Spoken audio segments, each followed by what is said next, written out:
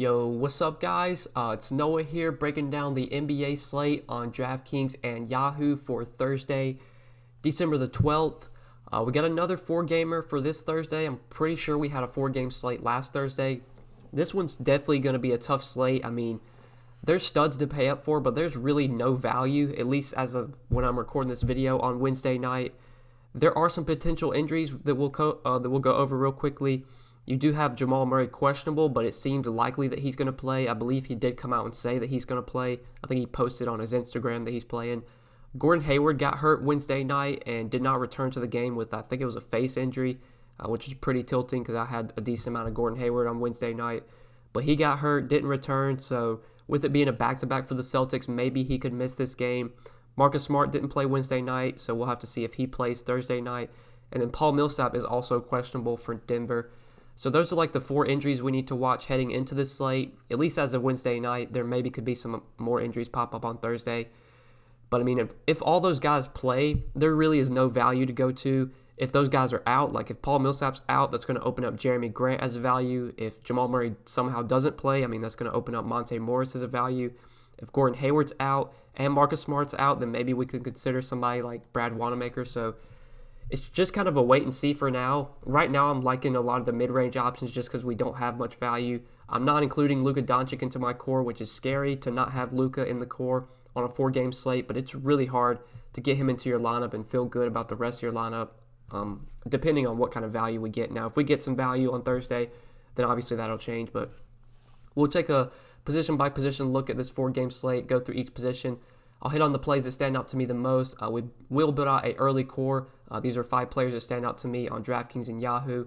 If you guys do want to get my updated core and just check out all of my other updated content that I post throughout the day, I do have a full written slate breakdown, a full article going over all my favorite plays. It is much more in-depth than my YouTube videos. I do a roster construction video where I talk about how we should look into build out our lineups. I usually record that every afternoon. And then I do post my updated core plays on Patreon over or around like 5:30, and I keep updating them up until lock. So if you want to get access to all my content on Patreon, definitely check out the link down below in the description, patreon.com/DFS by Noah. We did reach our second goal of 50 Patrons, so I will be doing a $100 giveaway. It will be available for Patreon members only. I'm going to run a $100 free roll contest for the NBA slate on Christmas Day. And all my Patreon members will be able to join it. I'm not sure yet if it's going to be a winner take all, if we're going to spread out the payout structure or whatnot. But if you want to get access to that giveaway, along with my other content I have, if you want to get access to everything, check out my Patreon. Link is down below. See all the content I have to offer over there. And if you do join, you will get access to that $100 free roll. You'll have a chance to win $100 of me just PayPaling you the money. This is money coming out of my pocket that I'm giving back to you guys. I do want to support those that support my content. So check out the Patreon. Drop a like on this video if you do enjoy. Subscribe to the channel if you are new. If you haven't clicked that subscribe button yet, which a lot of the people that do watch my videos, a lot of you guys are not subscribed. So definitely hit that subscribe button. Click the notification bell so that way you get notified every time I upload. You can also follow me on Twitter as well. Link is down in the description, twitter.com/DFS by Noah or at DFS by Noah. Let's go ahead and run through this slate real quickly. Short four-gamer, so it shouldn't take that long. At point guard, like I said, it's a tough slate to get Luka Doncic in. Luka's 11,400, and with just there being no value right now, I'm not going to include him in the core plays. Obviously, Luka's a great play on a four-game slate. He's definitely been like on a downswing, I guess you could say. I mean, the last 3 games, he's had 37, 49, and 46 DraftKings points. I don't expect him to be this bad. Luka's been a fantasy monster this season. He's been most likely the MVP just so far this season. The Pistons won't have anyone that can slow him down. I have no idea who they're going to use to guard him, so Luka should have an easy time in this matchup. It's just slate dependent on if we can get him into our lineups or not, and right now, just not looking like a slate where he's going to be able to like fit into a ton of my lineups. Kind of just depends on what kind of value we get.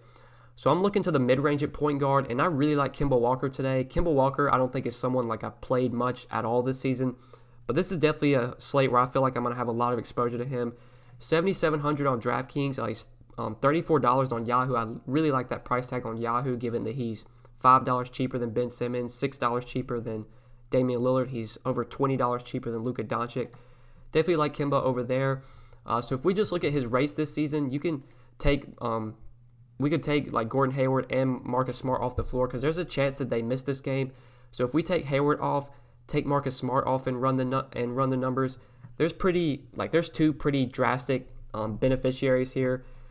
Just looking at the numbers so far this season with those two guys off the floor, you have a 32% usage rate for Jason Tatum in 191 minutes. He's averaging 1.2 fantasy points per minute. And then if we look at Kemba Walker has been a fantasy monster when Hayward and Smart are off the floor. It's a small sample size, but 124 minutes, 34.3% usage rate, averaging 1.59 fantasy points per minute, has a 34.8% assist percentage. Love Kemba today, especially if we get no Gordon Hayward and no Marcus Smart. I expect him to have a very heavy workload. He's coming off a monster game on Wednesday night against the Pacers. He went for 62 fantasy points, had 44 points, 3 rebounds, 7 assists, and 2 steals. I'm pretty sure he was unowned on Wednesday night. I didn't have any exposure to him. He just wasn't really a guy I was looking to. But I'll definitely be going to him on Thursday, especially if Gordon Hayward and Marcus Smart remain out. I expect a heavy workload for Kemba Walker. Really like him in that mid-range at point guard today. I do prefer him over guys like Ben Simmons. Prefer him for cheaper over Damian Lillard. Tough spot for Lillard going into Denver. CJ McCollum, I prefer him over McCollum. Even Jamal Murray, if Jamal Murray plays, I think I'd still rather take Kemba Walker. It is definitely a good spot, though, for Jamal Murray. Portland has been pretty bad defensively versus point guards this season. 6,500, pace-up spot for Denver as well. Denver plays like one of the slowest paces in the league. They rank 29th in pace, whereas Portland is a top 10 team in pace this season, ranking 9th. So definitely an intriguing spot for some of these Denver guys. I think Jamal Murray, assuming he plays today, is a pretty fine play at 6,500. In the 5K range, though, I do want to talk about Dejounte Murray. So last game against the Kings, Dejounte Murray finally was unleashed and played 32 minutes. It was a close game against the Kings. They won that game by 1 point. And Murray had 31 Draftkings points in those 32 minutes. He continues to come off the bench, but it seems like there's going to be no more minutes limit for him. If we're going to get Dejounte Murray playing 30 minutes, I love him on today's slate at 5,600. Love him on Yahoo as well, where he's $18 at point guard. So we can run his numbers just with the Spurs this season. We know he got off to a really hot start. He was playing out of his mind to begin the season. He was playing 22, 24 minutes a night and putting up 40 Draftkings points a night. He's obviously not producing at that kind of level, but he still does have a 21.9% usage rate this season with the Spurs, averaging 1.16 fantasy points per minute, 26% assist percentage, 14.2% total rebound percentage. Great matchup against the Cavs, who are a terrible defensive team. I'm assuming Dejounte Murray's no longer on a minutes limit. I think Popovich came out and said that he's no longer on a minutes limit. So if we get 28 to 30 minutes of Dejounte Murray, given his price tag, he can easily go for 6x value on DraftKings, can easily give you 30 to 35 fantasy points on Yahoo. Really like Dejounte Murray in that mid-range, and just given the lack of value that we have, I feel like I'm going to be a lot of my builds are probably going to be with a couple 7 to 8K guys, and then just kind of filling out the rest of my lineup with some of these 5K options, because there's really no value that I like just looking at the slate the night before. Obviously, that could change, though. I will have all my updated thoughts on the slate over on Patreon if you want to check out the Patreon content. But for value, the one value I guess we could talk about is Monte Morris. So if Jamal Murray's out today, Monte Morris, 3,900, would probably be the best value play on the slate. We'll just kind of have to wait and see there. Now, if Gordon Hayward and Marcus Smart are both out, I think Brad Wanamaker will definitely come into value consideration. He played 24 minutes in that game on Wednesday night against the Pacers. With Marcus Smart out and with Hayward getting injured, he was pretty productive with 24 DraftKings points. If we're going to get Wanamaker playing probably 25 to 26 minutes, he might start, he might come off the bench, I'm not really sure. I'd imagine he comes off the bench. But even if he plays 24 to 26 minutes off the bench, especially if Hayward and Smart are out, at near minimum salary, Brad Wanamaker would also would come into value consideration. But we'll just kind of have to wait and see how this slate goes, or the injury news that we get on Thursday, after shoot-around, if these guys play or not. So now talking about shooting guard options, really don't want to pay up for much here. DeMar DeRozan, I don't think is going to be a core play for me. Don't really see myself going to guys like CJ McCollum or Jaylen Brown. My favorite play here would probably be Jamal Murray if he plays, 6,500. I definitely want to talk about Tim Hardaway Jr. I think Tim Hardaway Jr. stands out as one of the better options in the 5K range. So he's a guy that we know is going to take a backseat to Luka Doncic and to Kristaps Porzingis. He's the third option in terms of scoring on this team. But this is still a guy that's going to play pretty big minutes as long as the game is close. I mean, last game against the Kings, he played 36 minutes in that game. 20 minutes against the Pelicans, that was a blowout. 26 minutes against the Timberwolves, he wasn't very productive in that game, so that's why I only saw 26 minutes. And then that game against the Pelicans was also a blowout, 25 minutes. I expect this game maybe can stay close, and if we can get 32 to 34 minutes of Tim Hardaway Jr., now that he's in the starting lineup, I do expect his minutes to be more predictable, and I feel like there's a pretty good minutes floor for him. 5,200 on DraftKings, especially with just the value that we're lacking. $8 or $16 on Yahoo. I do like him quite a bit as just one of those mid-range options. I mean, we can run the numbers for Dallas this season. I don't think Hardaway's been a point per minute player, but I think he's been close to that, if I'm not mistaken. 0.84 fantasy point per minute average for Tim Hardaway, 20.1% assist or usage rate, 10.4% assist percentage. So really not great numbers, but the value just kind of sucks right now. I'm fine plugging in Tim Hardaway at least as just a filler, as a shooting guard mid-range option. Depending on what kind of value opens up, then maybe I can look elsewhere, but he's the guy that stands out to me the most. Kent Bazemore, even though he's starting, I don't really want to go to him. I would have a lot of interest in Gary Harris if Jamal Murray is out, so we'll just kind of have to wait and see there. There's really no value here that I like. Even though Bryn Forbes is starting, you just never know what you're going to get from Bryn Forbes on a given night. Against the Cavs, I mean, if there was ever a spot for him to put up a big game, it would probably be against the Cavs, but I feel like now that Dejounte Murray's probably no longer on a minutes limit, that's going to take minutes away from guys like Bryn Forbes and Derek White. So really don't want to go there. There's just really no value I like at shooting guard. There could be potential value here depending on how some injuries go, but we'll just have to wait and see. So moving on to small forward, the guy that I like the most here, especially if Hayward and Marcus Smart are both out, is Jason Tatum. We can go back to the Boston numbers. I mean, I showed you guys already, but I'll pull them up again just so you can see. Tatum has been one of the biggest beneficiaries when you take Gordon Hayward and Marcus Smart off the floor. I think he's second in usage behind Kemba Walker. Yeah, Kemba Walker 34.3% usage. Jason Tatum 32% usage, 1.2 fantasy points per minute. If we look at the usage bump, Tatum sees a plus 3.8% bump in his usage. Jaylen Brown does see a 5% bump in his usage. Kemba Walker sees a near 6% bump in his usage. So if no Hayward, no Smart today, I think the three guys we're definitely going to want to target from Boston are Tatum, Smart, or Tatum, Brown, and Kemba Walker, and then there could be some value there as well. But Tatum I do like, especially now that his price is down to $7,100. I think he was $8K on the last slate, and he still had a pretty good game for an $8K price. Or he put up 31 DK points Wednesday night. Can't remember what his salary was on Wednesday night, but on that last game against Cleveland, he was 8K on that slate. Still had a solid game, 45 DraftKings points, but now he's down to 7,100 today.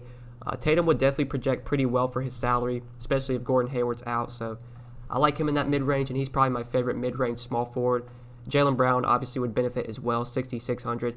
He would become a solid play at that price. Really nothing I like in the mid-range. Carmelo Anthony's gotten priced up to 5,800. Tough matchup against Denver. Don't really want to go there. Luke Kennard, Josh Richardson, these aren't guys I have a ton of confidence in, even on a short slate. Maybe Cedi Osman you could look to. I know Osman was kind of popular on Wednesday night. He was so cheap. I think he was 3,300. He only played 19 minutes against Houston. I mean, he didn't kill you at 3,300 with 16.5 DraftKings points.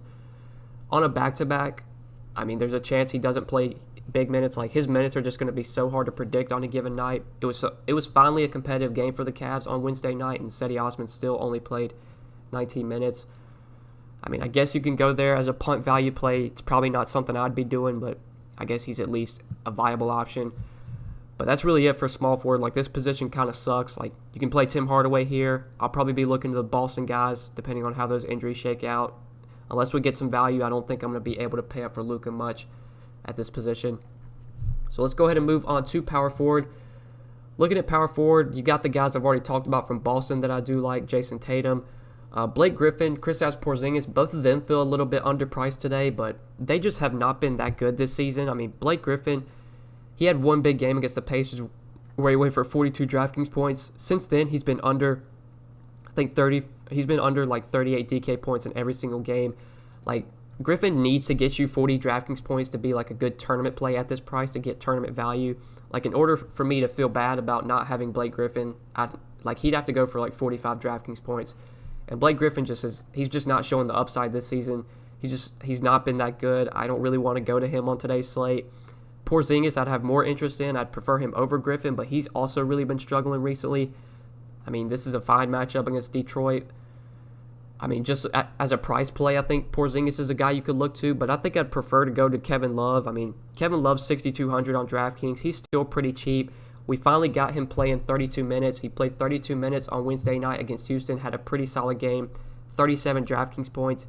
He was 6K on that slate. I did have a decent amount of exposure to him. Assuming he's full go today, I mean, this is a back-to-back, so honestly, I wouldn't be surprised on Thursday if we just get some random news that Kevin Love's going to rest. But I'm assuming he plays even on the back-to-back. There's obviously a chance that this game gets ugly. On the road against San Antonio, this could be a blowout here. We don't have a spread or a line on this game, or like a total on this game right now. But if the game can stay close, I do expect Kevin Love to play 30 to 32 minutes. He's been over a point-per-minute player this season. He would project pretty well for 6,200, so I'm going to plug him in the 5 plays as of now. Going over to Yahoo, I think that's where I really like him, where he's at $21, a lot cheaper than Griffin. Only $2 more than Carmelo Anthony. Definitely think Kevin Love stands out as one of the better power forward options over on Yahoo today. Let's just hope the game can stay close and that he plays his full minutes. But now in the 5K range, not really much I like there. Like Al Horford with the revenge game you could look to. I mean, if you want to do that. I don't play Al Horford when the Sixers are fully healthy. He just doesn't have a ton of upside. Like, you just look at the game log, it's not pretty. I know game logs aren't everything, but Horford has one game over 40 DraftKings points just in his last 10. At 5,900, like, I want him to get close to 40 DK points for me to feel good about rostering him in tournaments. So not really going there. I think Paul Millsap, if he does play, I actually have quite a bit of interest in for only 4,900. I mean, Millsap's going to be a guy that probably plays like 28 to 30 minutes most nights. Gives you 25 to 30 DraftKings points. I think the ceiling for Millsap's probably low, but pace-up spot against Portland. Portland versus power forwards, one of the worst defensive teams, especially now that they have Carmelo Anthony, who is not a good defender.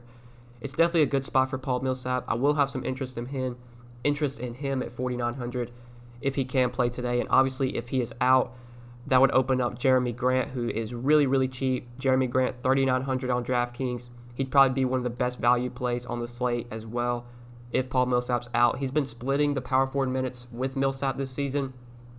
So if Millsap plays 30 minutes, Grant will play the other 18 minutes. I assume that if Millsap's out, you probably get Grant playing like 28 to 30 minutes, and then you'll have guys like probably Michael Porter Jr. will pick up some minutes. Maybe like Juancho Hernan-Gomez will pick up some minutes. Definitely would have interest in Grant, though, if Millsap's out, but we'll just kind of have to wait and see with that news. Hopefully we get some news after shoot-around on Thursday. Daniel Tice is starting at center, so I don't think he's the worst value play for 4K. He played 27 minutes on Wednesday night against the Pacers. Not that productive, only 19 DK points. Tough matchup against Embiid. Like, I don't know who they plan on using to stop Embiid, whether it's Tice or Enes Kanter.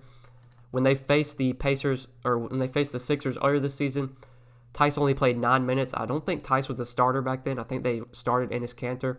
Only 9 minutes from Tice in that game. Kanter actually had a decent game. Maybe Kanter's the guy they use to stop Joel Embiid. I don't know. I imagine Tice is going to continue to start, though. If he's going to continue to start and play 28 minutes for 4K, especially with power forward and center eligibility on DraftKings, I mean, he's a fine value power forward you could look to. But I think that's it for power forward. Let's run through the center position real quick before we end the video.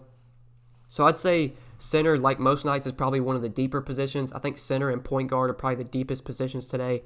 At the top, you got Joel Embiid, Andre Drummond, and Jokic all over 9K on DraftKings.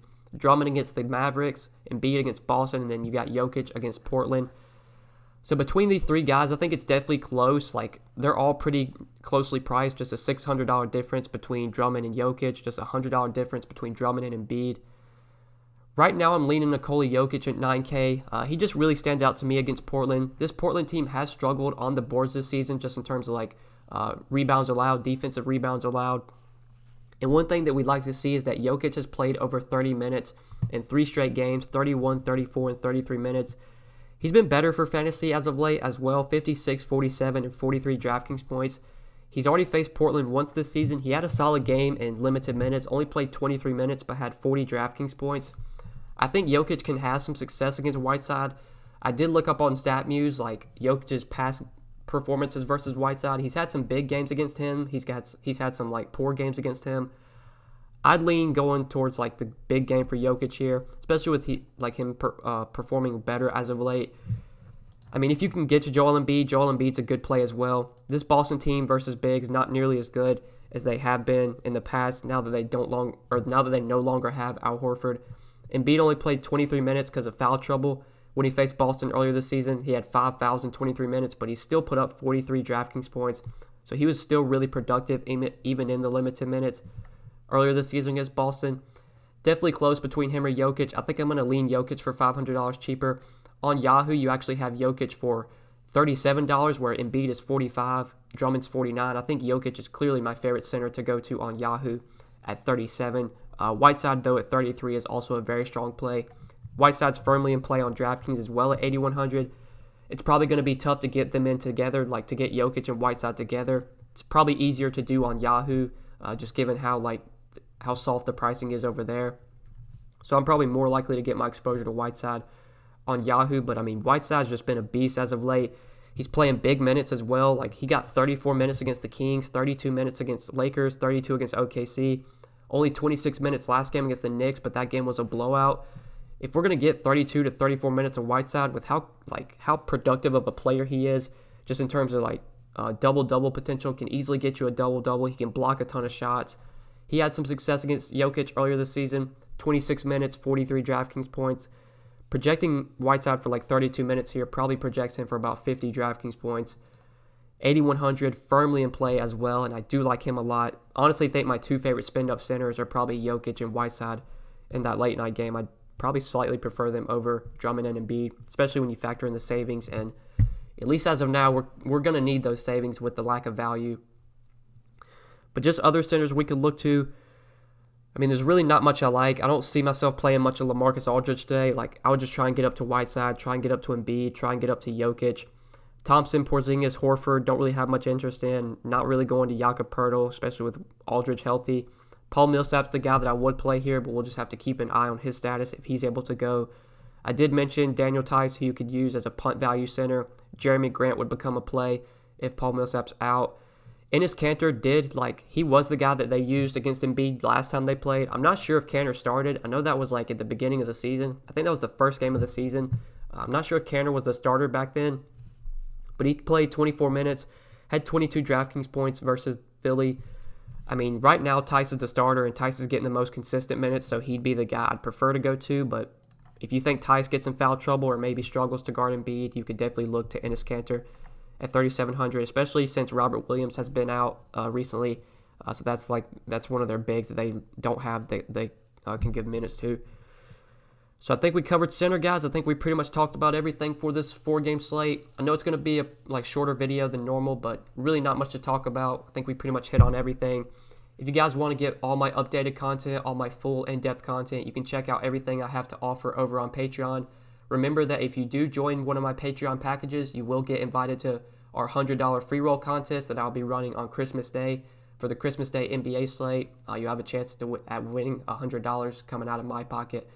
So definitely check out the content on Patreon so you can get in that free roll, and just so you can get access to my content, core plays, my private videos, my articles, everything I do throughout the day is posted over there. But anyways, guys, good luck tonight on this slate. Appreciate you watching. Drop a like if you enjoyed. Subscribe if you are new. Click that notification bell and follow me on Twitter as well. Good luck tonight, and we'll see you in the next video. Peace.